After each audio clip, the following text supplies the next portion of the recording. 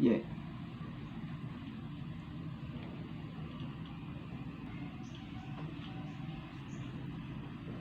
Simula na mga basher, wala na tong urungan. Maraming sinasabi, di naman natutuloy. Putang ina mo.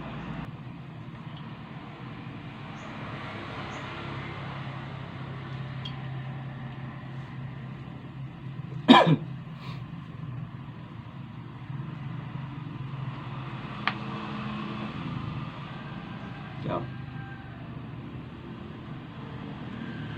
simula na mga basher, wala na tong urungan. Marami sinasabi, di naman natutulungan. Kala mo mga perpekto, pasilang nila lang. Nakapili na sa pan, mga piling mga bad boy.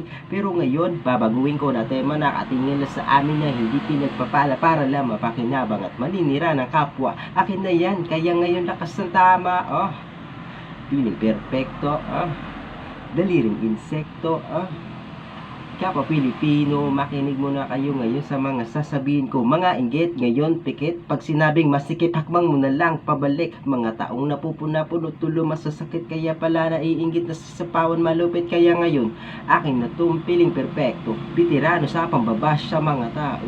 Kita mo yan, dinidilaan ng demonyo. Hihilain na kita ngayon sa impyerno. Oh, piling perpekto. Oh, daliring insekto. Oh, kapwa Pilipino, makinig muna kayo ngayon sa mga sasabihin ko. Tayo'y makisabay sa bagong henerasyon. Hihilahin ng tapat sa gana at matutugon. Limitasyon ng aking nasyon, di mapigilan po takismis itigil mo chong. Bakit ganun? Yung turing nila sa iba, yung alam nila kundi mamuna. Di mo to kapintasan ng lalait, kapansanan di ko to titigilan hanggang sa kamuhian ah. Piling perpekto ah. Daliring insekto ah. Kapwa Pilipino, makinig muna kayo ngayon sa mga sasabihin ko. Tayo, no, dikit. Wala na gago.